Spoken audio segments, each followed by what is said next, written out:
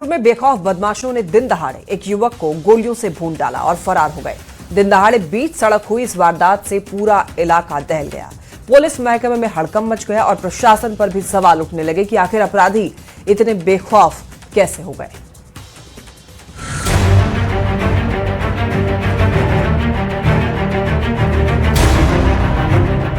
ये तस्वीर बिहार पुलिस के इकबाल पर सवाल खड़े कर रही है।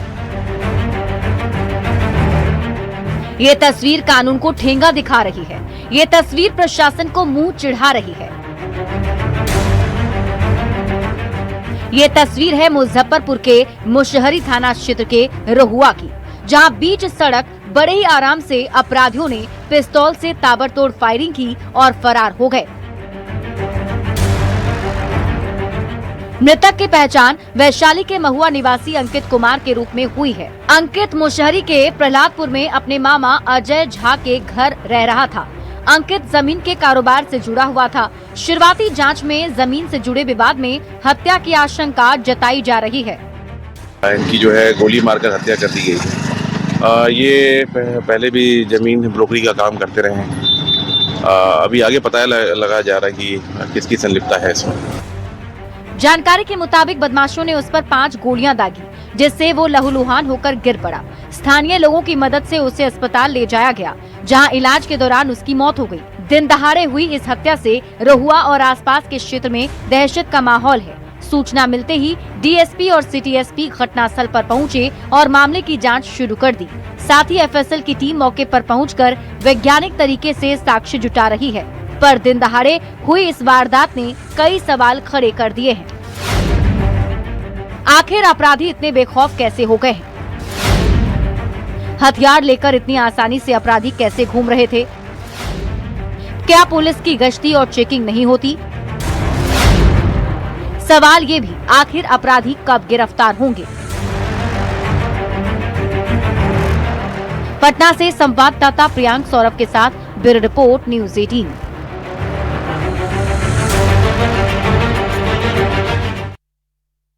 चलिए खबर अब आपको मोतिहारी से बताते हैं, जहां सुगौली में रुपए दुगना करने के नाम पर महिलाओं से ठग करने का मामला सामने आया है। अब लोगों ने ठगी करने वाले आरोपी युवक को दबोच लिया है और खंभे में बांधकर जमकर उसकी धुनाई की। वहीं जब लोगों ने उस युवक की तलाश ली तो उसके पॉकेट से कागज के नोट के आकार के भारी मात्रा में कागज के बंडल बरामद हुए। वहीं घटना के बाद मौके पर हजारों की भीड़ जुट गई और स्थानीय कुछ युवक ने इसकी जानकारी सुगौली थाने को दे दी, जिसके बाद चौकीदार ने युवक को किसी तरह भीड़ से बचा करके अपने साथ ले गए। पैसा 3 लाख रुपया के धो के जानलो। हां 3 लाख रुपया के हमर पैसा जोर बजर छीना तर सब 3 गोरा हो गेले तो हम 3 आदमी रहल। हां 3 आदमी वाला तो हमर मन छगाए लागल हो। अच्छा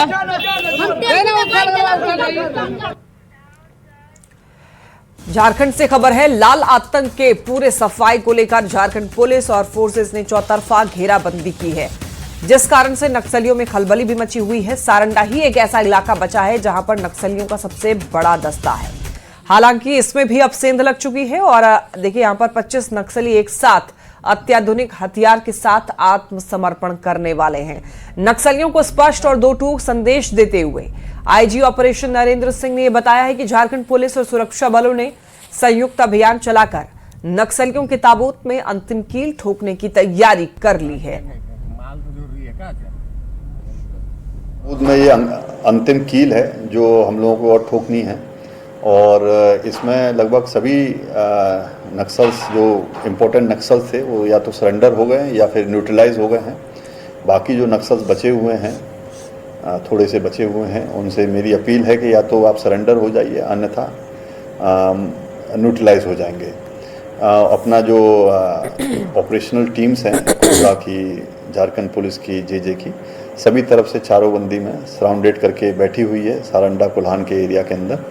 इनके पास अब कोई और रास्ता। लाल आतंक के किले में अंतिम कील ठोकने को लेकर झारखंड पुलिस सहित सुरक्षा बलों ने अपनी मुकम्मल तैयारी कर ली है। अब दो टूक कहा जाए तो निर्देश दिए गए हैं नक्सलियों को, या तो वो सरेंडर करें या फिर गोलियों के लिए तैयार रहें। रांची से न्यूज़ 18 के लिए ओम प्रकाश। देखिए, प्रधानमंत्री नरेंद्र मोदी की अपील का असर बिहार विधानसभा में भी नजर आ रहा है। विधानसभा अध्यक्ष प्रेम कुमार ने बैठक कर एक बड़ा निर्णय लिया है। विधानसभा में भी पिंक बस सेवा शुरू की जाएगी। विधानसभा के कर्मचारी को बस से आने और जाने की सुविधा शुरू की जाएगी।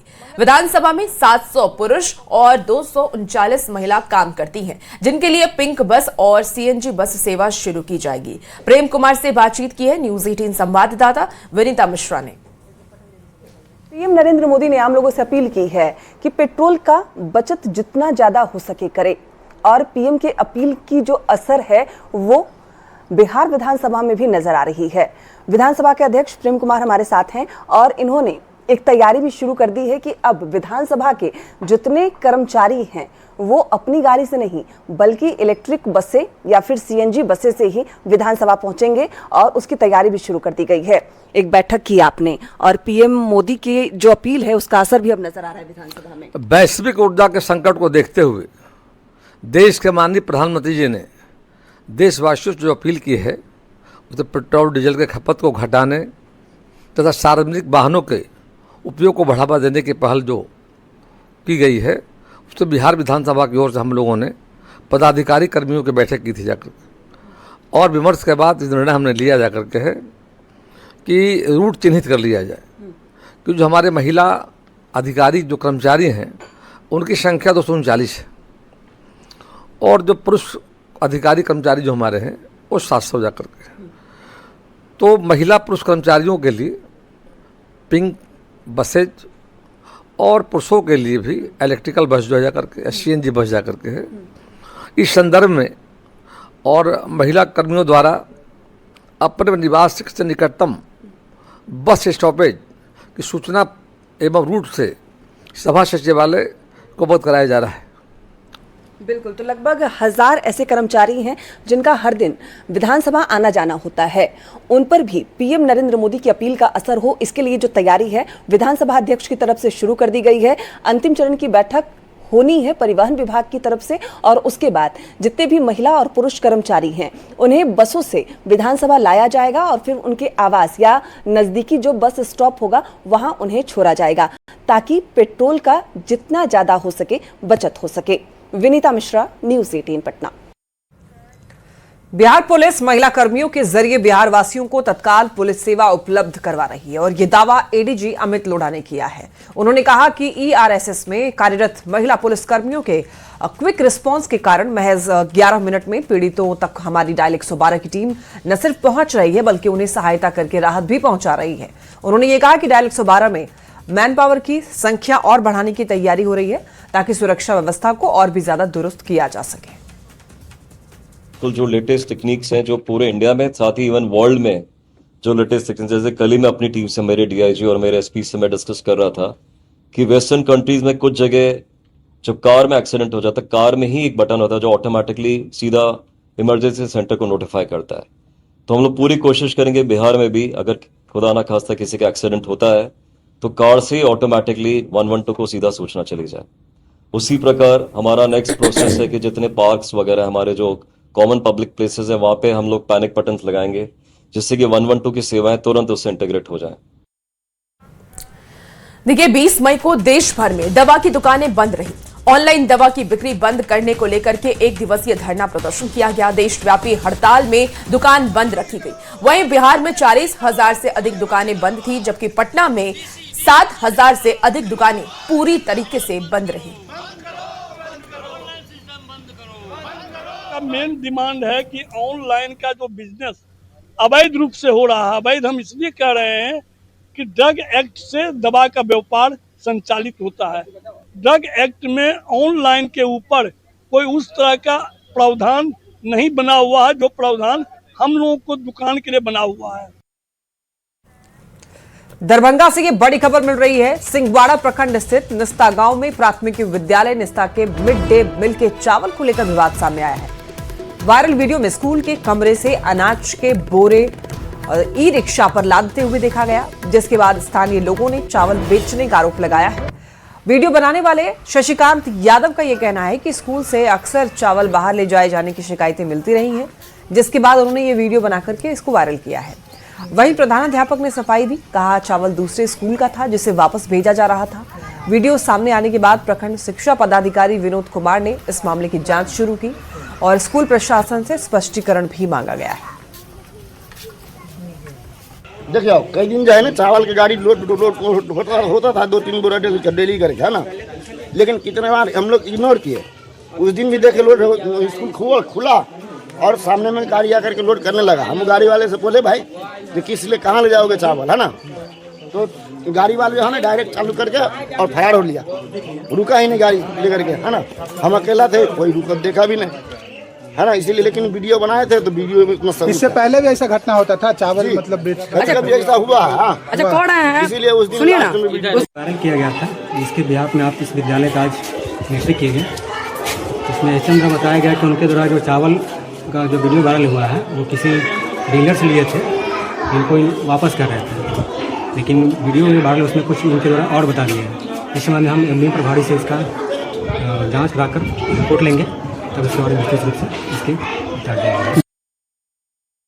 चलिए खबर अब आपको मध्य प्रदेश की बताते हैं, जहां मध्य प्रदेश के डिप्टी सीएम राजेंद्र शुक्ला पटना पहुंचे हैं, जहां स्वास्थ्य विभाग के कमांड एंड कंट्रोल सेंटर का उन्होंने जायजा लिया। डिप्टी सीएम के साथ मध्य प्रदेश के कई अधिकारी मौजूद भी रहे।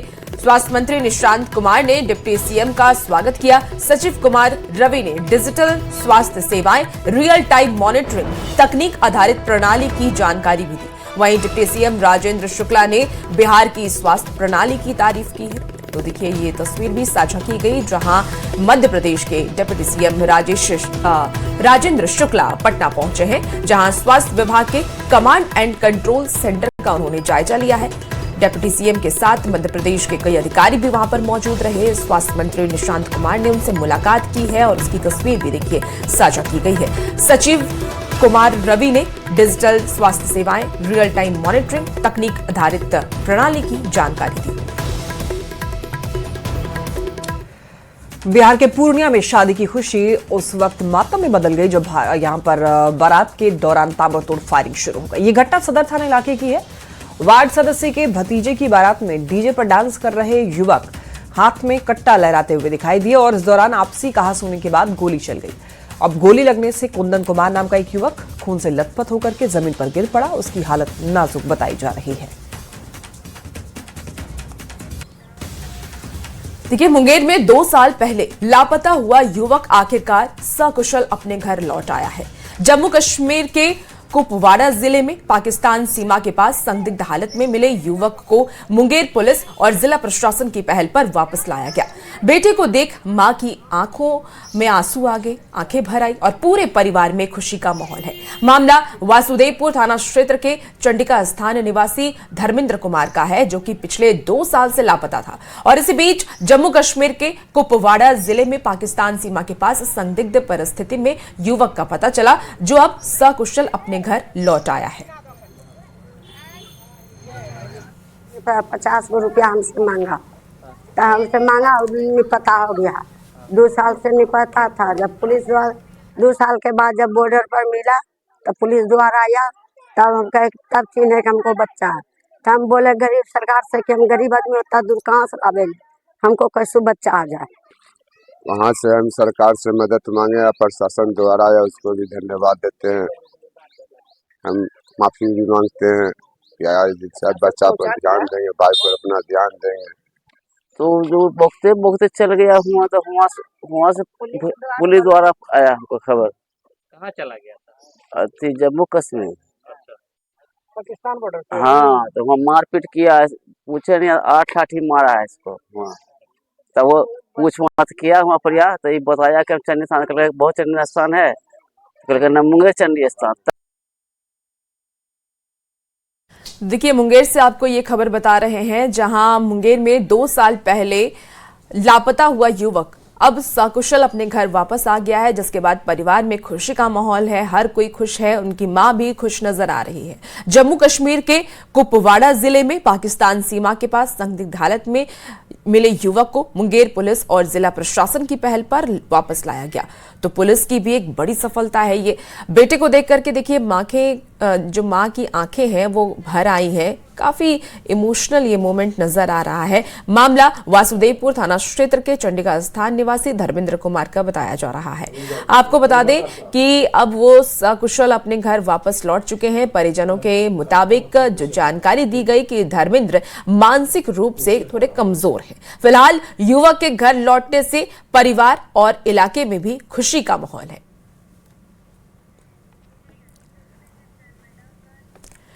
देखिए, बेगूसराय में प्रेम विवाह को लेकर के एक ऐसा मामला सामने आया है जिसने रिश्तों, समाज और परंपरा पर कई बड़े सवाल खड़े कर दिए हैं।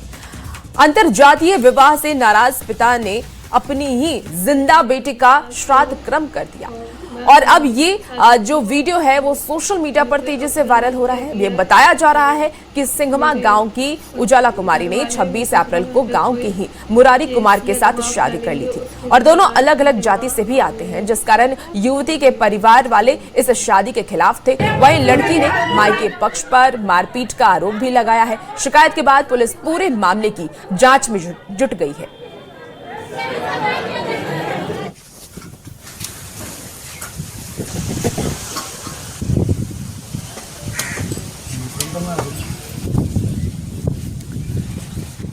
तो बेगूसराय से आपको ये खबर बता रहे हैं जहां प्रेम विवाह को लेकर के एक मामला सामने आया है। अपनी ही बेटी का पिता ने श्राद्ध क्रम कर दिया क्योंकि उसने प्रेम विवाह कर लिया था। हालांकि लड़की की तरफ से भी अपने घर वालों पर मारपीट का आरोप लगाया गया।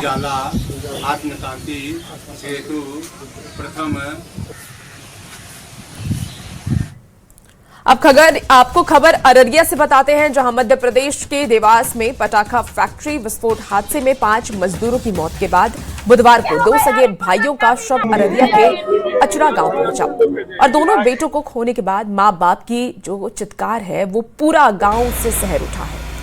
दोनों भाइयों का एक ही चिता पर दाह संस्कार किया गया। पीड़ित परिवार को सांत्वना देने के लिए गन्ना उद्योग मंत्री संजय पासवान गाड़ियों के काफिले के साथ उनके घर पे पहुंचे हैं और हर संभव मदद का भरोसा भी दिया है, जिस पर अब सवाल ये खड़े हो रहे हैं कि ग्रामीण का ये कहना है कि ग्रामीणों के पास आवास योजना का लाभ तक नहीं है, जबकि काफिले के साथ पहुंची सरकार गरीबी का मजाक उड़ा रही है।